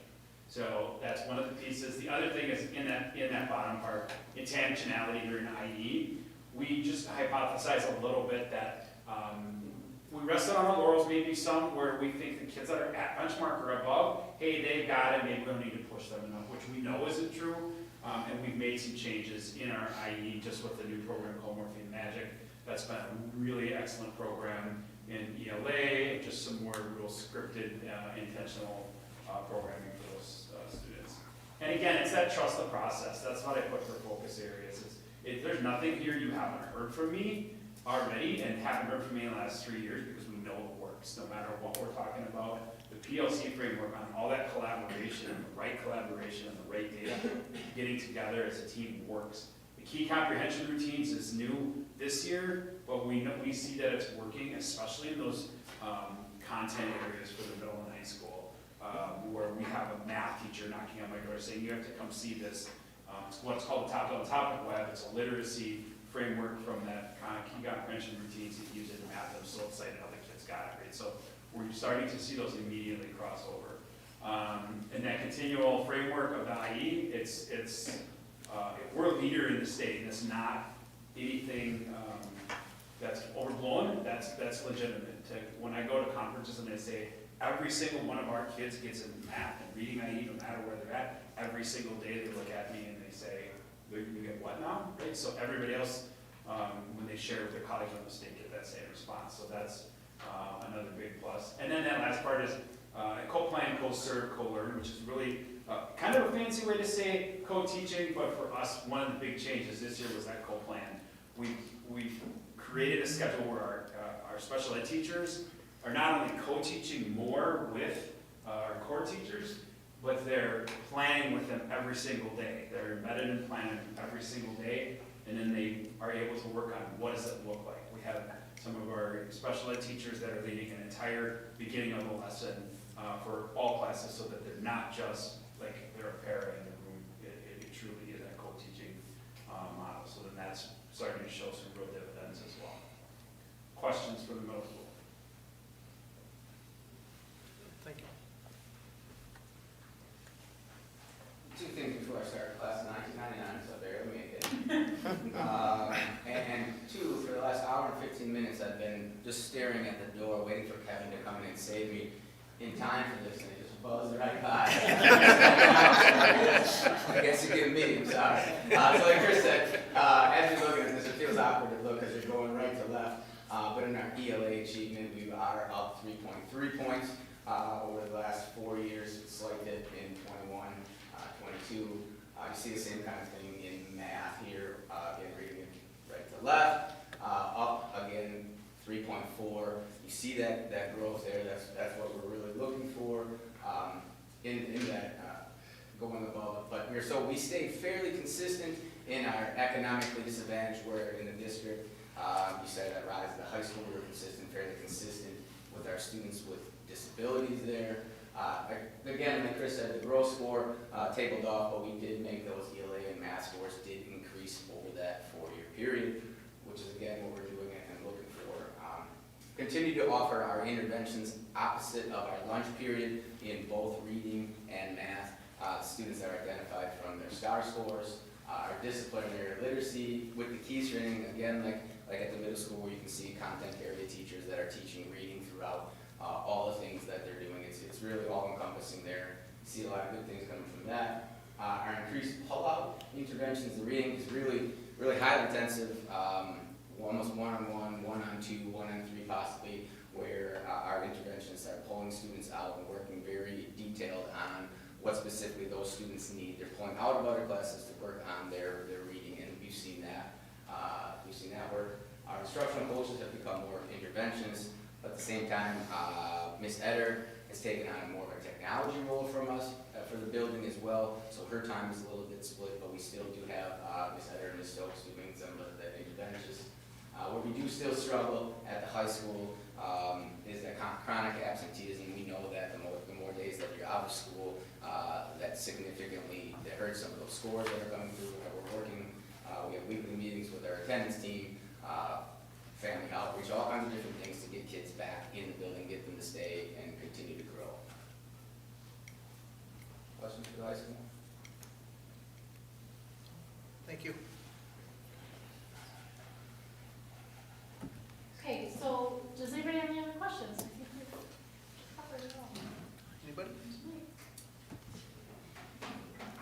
Thank you. All right, thank you, guys. All right, district administrator report. Just want to highlight that we're continuing to work with SiteLogic on the future of our facilities, and I know that they continue to meet with the community-based task force. There's another meeting tomorrow evening, I believe, in this building, and they hope to have recommendations for you very shortly. And we do have a special board meeting scheduled for the 19th, so Thursday the 19th, where the focus will primarily be from SiteLogic and their task force. All right, thank you, Tom. All right, moving on. Consideration adjournment to closed session. Consideration adjournment to closed session. Consideration adjournment to closed session. Seeing none, we will move on. Consent agenda. Do I have a motion for the consent agenda? Move to approve. Second. Motion by Jeff, second by Joni.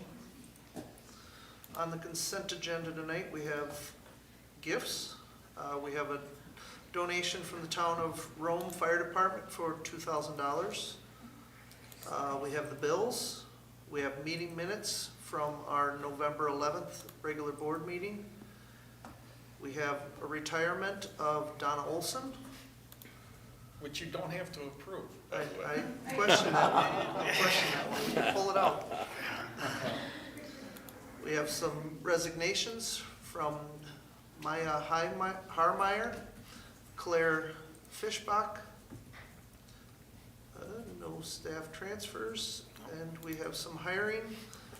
Angel Baggs as a paraprofessional, Ben Pease, assistant track and field coach, Corey Gray, second shift middle school custodian, and Alexa Zoltowski, high school attendance secretary. Any other discussion? Seeing none, we will, Jeff? Just want to thank, for those out there who don't know, Donna Olson, 36 years. Yeah. Awesome. Thank you so much for your dedication to this district.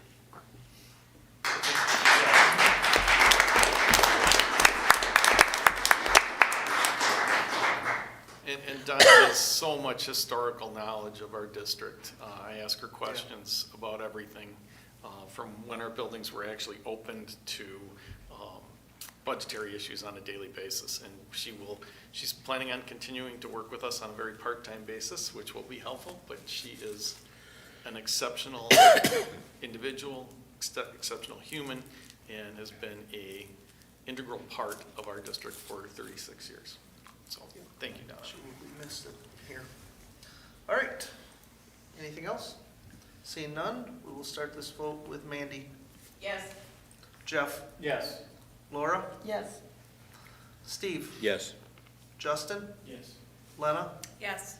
Joni? Yes. And my vote is yes. Passes 8-0. All right, Finance Committee. We'll do your minutes. We have meeting minutes from the November 11th meeting. Do I have a motion? Move to approve. Second. Mandy? So we got a motion by Jeff, second by Mandy to approve the November 11th Finance Committee meeting minutes. Discussion? Seeing none, we will start this vote with Jeff. Yes. Laura? Yes. Steve? Yes. Justin? Yes. Lena? Yes. Joni? Yes. Mandy? Yes. And my vote is yes. Passes 8-0. All right, I will turn it over to you now, Jeff. Hang on one second, I lost my stuff. All right, so first thing that we had was the Tricor. Sorry, I lost my stuff here. Tricor insurance update. Yep. As you can see, we discussed the buildings that are in question. Some of you may recall the last meeting, we said that we had two that were not insurable. This building was one of them, the middle school was the other. We were able to obtain insurance on both of those, but at a substantial increase, I will say. $23,000 increase in premium cost and significantly less insurance. So the public should understand that this building and the high school property insurance carrier dropped us. Middle school. This building and what did I say? You said high school, but. That was a mistake. This building and the middle school, former high school, we're having a difficult time finding insurance, any insurance. And that doesn't include the fact that just to maintain that insurance, we're gonna have to do anywhere from $60,000 to $90,000 in improvement just on the electrical systems, so that they will insure. So overall cost, almost $100,000, just so we could have a party for the 90s.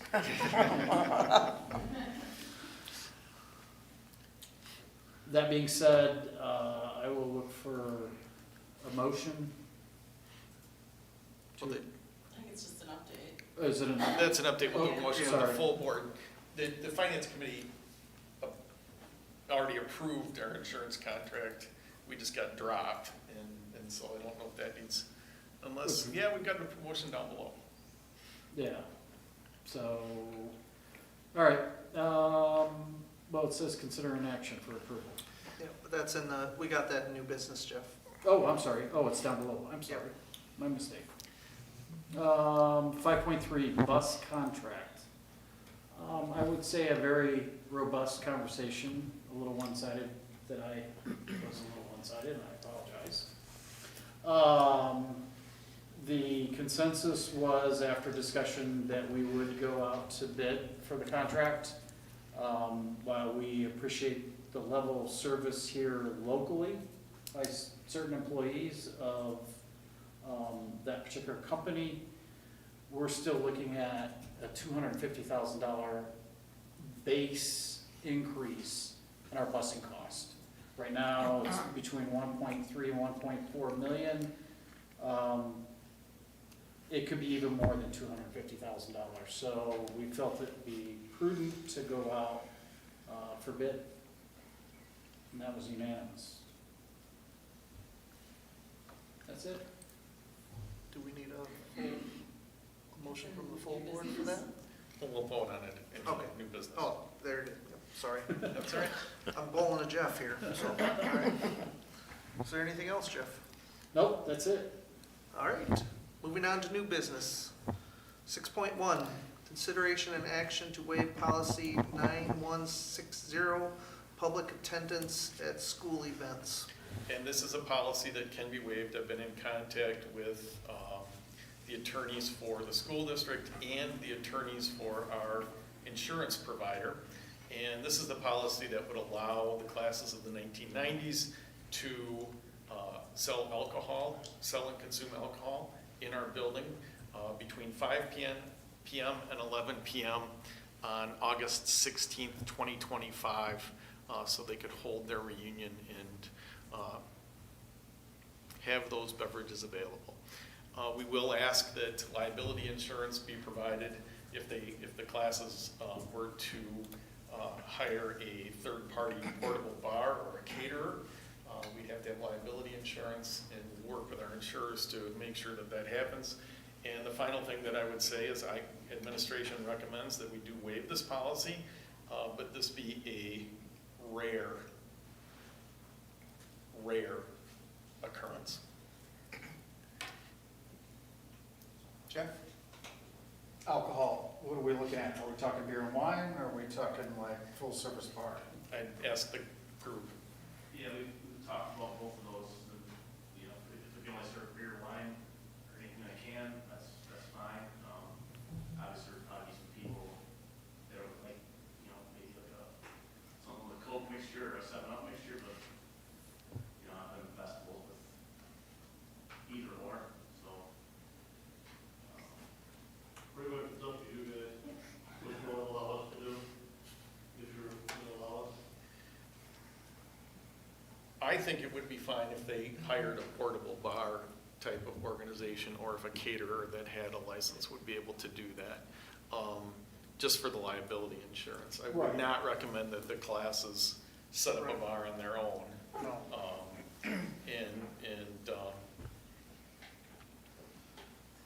I guess my concern, obviously dram shop, that I don't want anything to come back on the school district, because we are technically hosting it, so there better be an ironclad contract.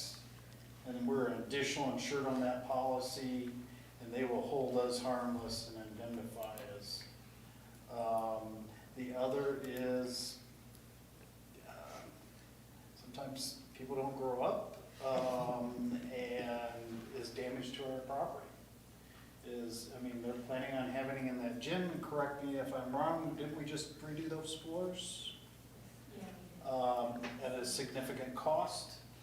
So that's another concern that I have. Not that I have any problem with the 90s, I get it all. But I still have a fiduciary responsibility to this district, and we just redid those floors, and I would be very upset if those floors got trashed. We can eliminate the mosh pit.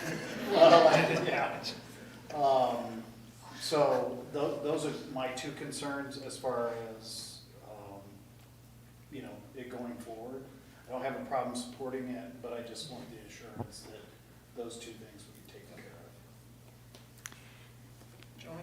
Yes, city council has to approve that liquor be served there.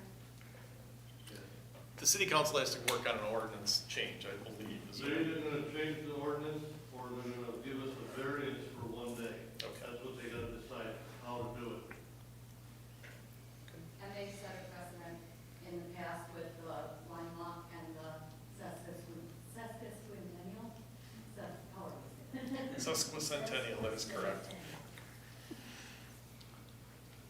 Joni, or Laura, I'm sorry. Did you say that once it began, you would lock the doors, or you had talked about Lock something? down the areas that we would not need, and there's only one entrance into the commons in the gym. So we could lock down the areas of the school that we wouldn't need to be in so that it would minimize the risk. I mean, I'm just asking, like, if there would be any outside people coming in or trying to come in, or will there be any, the sheriff's presence, or?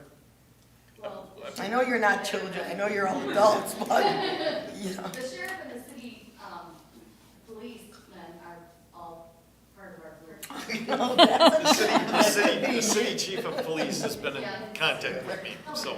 And As- the district attorney, all Right. part of our 90.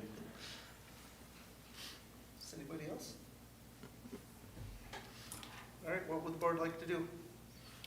I'll make a motion to waive policy 9160, public attendance at school events for the date of Saturday, August 16th, 2025, from 5 to 11, for the classes of the 1990s group reunion. Second. Joni? All right, I have a motion by Lena, second by Joni. Motion to waive policy 9160, public attendance at school events for the date of Saturday, August 16th, 2025, from 5 p.m. to 11 p.m. for the classes of the 90s group reunion. Any more discussion? Anybody? Seeing none? We will start this vote with Laura. Yes. Steve? Yes. Justin? No. Lena? Yes. Joni? Yes. Mandy? Yes. Jeff? Yes. And my vote is yes. Passes 7-1. All right, moving on. There you go, guys. Thank you. All right. 6.2, consideration and action to approve reimbursement for national board certification. We have two teachers that would like to take the first two modules of a course to help them get board certified. Administratively, we make this recommendation at the cost of $794 each, or $1,588 total. And again, we believe this is along the lines of helping our teachers gain credentials. We will enter into a contract with them for a few years so that we keep them here after they get board certified, which we've done in the past. And what is this for? What is this? It's national board certification, so it's Tammy, you want to talk a little bit? Sure. Thank you. National board certification is like the exemplar of teaching. There's 4 different modules self-teaching, you reflect on your own teaching, there's a written test, there's a video, you videotape yourself teaching, you reflect on it. You're writing like 30-page papers on each section, talking about your work, and honestly, I learned more going through the national board certification process than I did in my master's program. It really teaches you who you are as a teacher and how to grow as a teacher. So, and then there's a monetary aspect to it. Once you pass your national boards, you get money from the state each year and money from the district each year. So there's an incentive to continue. After 5 years, you can renew your national board certification by reflecting on the things that you've done in the last 5 years since you become a national board certified teacher. It's a recognized It's a standard. great program. Yeah, thank you. It's a recognized standard, and again, something that we think will improve these teachers' ability and have a direct relationship on our students and keep these teachers around a little bit longer. So this is for the first 2 courses of 4? Correct. So we might be asking again, and I'm sure that there'll potentially, hopefully, be others that we'd be bringing to you in the future as well. Okay. It takes a couple of years to go through the process, so the first 2 modules would be for a year. All right, Move to approve. Jeff? Second. Laura? Got a motion by Jeff, second by Laura. Motion to approve the first of 4 components of the Starkey National Board Certification course for 2 elementary school teachers. The cost of the first 2 modules is $790 each for a grand total of $1,588. Any more discussion? Seeing none, we will start this vote with Steve. Yes. Justin. Yes. Lena. Yes. Joni. Yes. Mandy. Yes. Jeff. Yes. Laura. Yes. And my vote is yes. Passes 8-0. All right, 6.3, consideration and action for approval of Tricor insurance proposal. Have we already approved this? We didn't approve It it, was No. just just updates. an update. Yeah. Okay. Move to approve. Second. All right. Mandy and Lena. Got a motion by Mandy, second by Lena. Motion to approve Tricor insurance proposal. Discussion. Seeing none, we will start this vote with Justin. Yes. Lena. Yes. Joni. Yes. Mandy. Yes. Jeff. Yes. Laura. Yes. Steve. Yes. And my vote is yes. Passes 8-0. All right, 6.4, consideration and action to continue negotiation with Coba Bus for transportation services or go out to bid for transportation services. So, what did your finance committee decide, Jeff? Move to go out to bid for transportation services. Okay, Second. Mandy? Got a motion by Jeff, second by Mandy, to go out to bids for the transportation services. Discussion. I just want to point out that this is not a mutually exclusive relationship. It's kind of set up that way on our agenda, but I mean, Cobuson is one of the places that we want to continue to negotiate with while we look to see what our other options are. That's true. Thank you. Thank you, Mandy. All right, anything else? Seeing none, we will start this vote with Lena. Yes. Joni. Yes. Mandy. Yes. Jeff. Yes. Laura. Yes. Steve. Yes. Justin. Yes. And my vote is yes. Passes 8-0. All right, 7.1, consideration and adjournment to closed session. Under section 19.851C, considering employment, promotion, compensation, or performance evaluation data of any public employee over which the governmental body has jurisdiction or exercise responsibility To wit, consider district administrator evaluation. Do I have a motion? So moved. Second. Lena? Discussion? Seeing none, we will start this vote with Joni. Yes. Mandy? Yes. Jeff? Yes. Laura? Yes. Steve? Yes. Justin? Yes. Lena? Yes. And my vote is yes. Passes 8-0. All right, we'll go, I guess we can probably just stay here. We can stay here. Okay. You want